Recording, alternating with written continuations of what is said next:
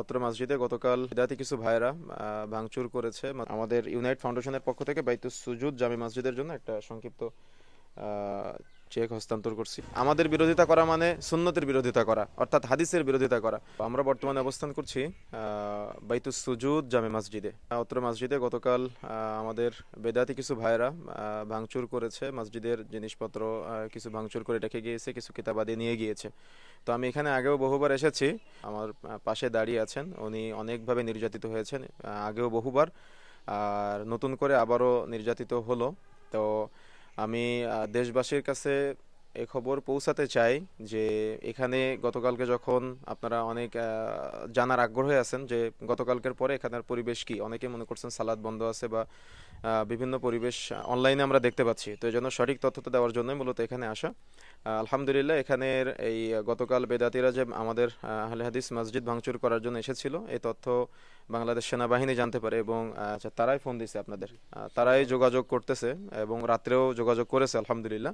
তো যদি আমাদের দিনী ভাই এবং বোন কোথাও আপনারা দেখেন যে আমাদের আহলে হাদিস মসজিদ এবং মাদ্রাসায় কোনো প্রকার অসুবিধা হচ্ছে, তাহলে আপনারা জোরালোভাবে, যেহেতু এখানে আমরা শৈথিল্যবাদীও না আবার আমরা চরমপন্থীও না, আমরা হলাম মধ্যমপন্থী আলহামদুলিল্লাহ। আমরা শুধুমাত্র পবিত্র কোরআন ও সহিহ সুন্নাহর বাণীগুলো মানুষের কাছে প্রচার করার চেষ্টা করি।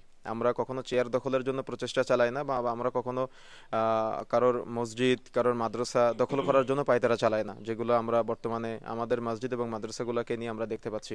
তো প্রিয় দর্শক, এই জন্য যদি আপনারা কখনো কোনো অসুবিধায় পড়েন, আর্মিরা দায়িত্বে আছে সেনাবাহিনীর সাথে, আপনারা হটলাইন নাম্বারগুলো সব জায়গায় দেওয়া আছে, কোনো অসুবিধা হলে তাদের সাথে সরাসরি কথা বলার চেষ্টা করবেন। আল্লাহ রাব্বুল আলামিন আপনাদের হেফাজত করুন, আল্লাহুম্মা আমিন। প্রিয় দর্শক, আমি দীর্ঘদিন যাবৎ তাদের সাথে আছি আলহামদুলিল্লাহ।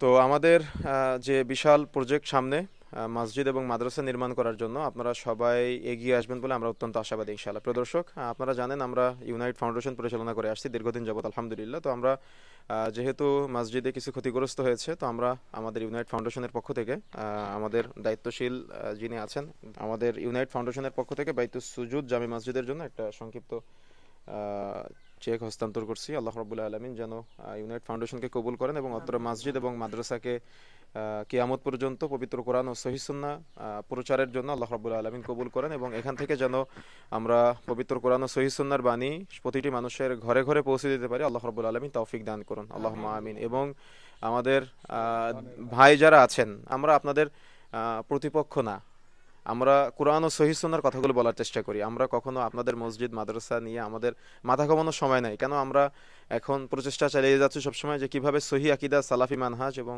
পবিত্র কোরআন ও সহিহ সুন্নাহর বাণীগুলো সাধারণ মানুষের কাছে পৌঁছে দেওয়ার জন্য। আমরা নতুন কোনো ধর্ম নিয়ে আপনাদের মাঝে আসি নাই, আমরা শুধুমাত্র কোরআন মাজিদে যেটা আছে, হাদিসে যেটা আছে, একেবারে অথেন্টিক দলিল সহকারে আপনাদের মাঝে প্রচার করার চেষ্টা করছি। যদি আমাদের কোনো কথা মনে হয় যে কোরআন ও সহিহ হাদিসে নাই, তাহলে আপনারা আমাদের জানাবেন, আমরা পরিবর্তন হবো ইনশাআল্লাহ। কিন্তু যদি আপনাদের কোনো কথা কোরআন ও সহিহ হাদিসে না থাকে, কিন্তু আপনারা বাপদাদার দোহাই দিয়ে আমল করতেছেন, আমরা যদি বলি, তাহলে এটা কি আমাদের অপরাধ? এটা তো আমাদের অপরাধ হতে পারে না।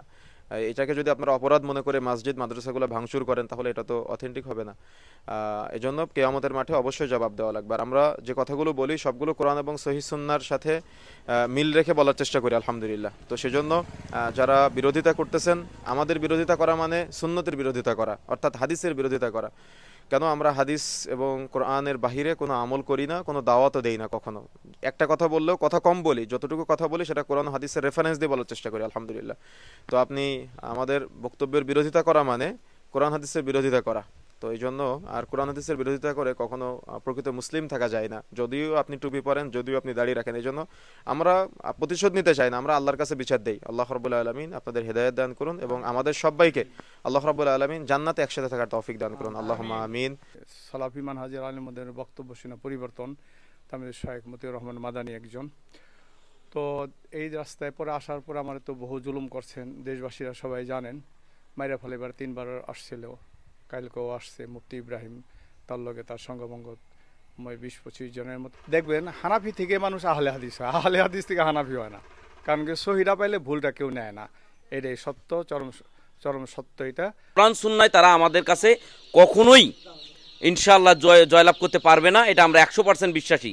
কোরআন সুন্নাহ নিয়ে আসলে তারা 100% আমাদের কাছে পরাজিত হবেই ইনশাআল্লাহ, কারণ আমরা কোরআন সুন্নাহ ছাড়া অন্য কিছু মানি না।